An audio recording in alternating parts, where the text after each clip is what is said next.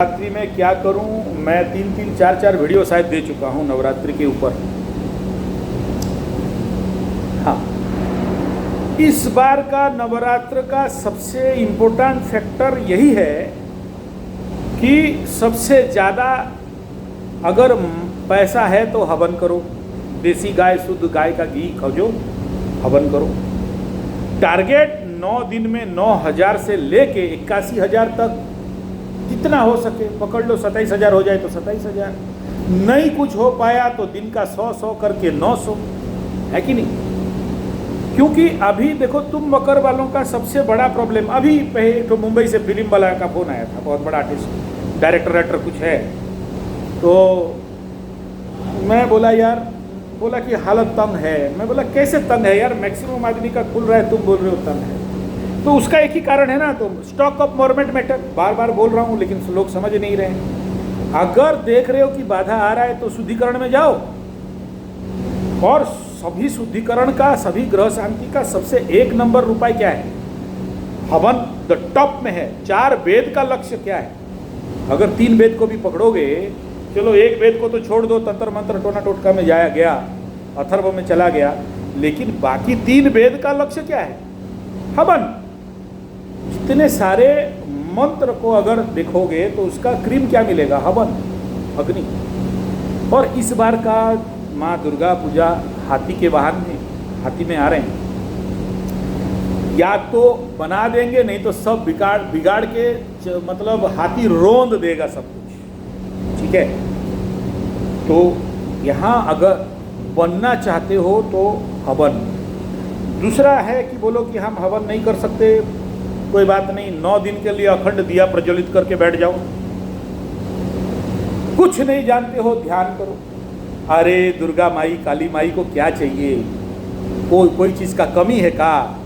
अरबपति खरबपति भगत उनका है, 6 जीवन 9 भाजा, 36 पकवान खिलाने वाली सब भगत बैठे हैं, तुम क्या उखाड़ दोगे? माँ बोल के बुला दो ना, माँ खुश हो जाती है। भक्ति भाव से अगर हृदय से एक बार माँ बोल के बोल दो ना, तो तुम्हारा काम माता रानी कर देती है। माँ कब खुश होती है? जब तुम माँ बोल देते हो, है ना? तो ये मत पूछो कि हम इस नवरात्र में क्या ताड़ेंगे, मोड़ेंगे, उखाड़ेंगे और पलटा के रख देंगे। तुम कौन गधा हो भाई जो ताड़ोगे, मोड़ोगे, उखाड़ोगे? करने कराने वाली तो माई है ना? माई को बोलना है, यथा योग्यम तथा कुरु, जैसे योग्य है वैसे करा दो। और देख बेटा, ऐसा है ना, मेरा जिंदगी पार कर दिया इस पूजा पाठ में। जब से जन्म हुआ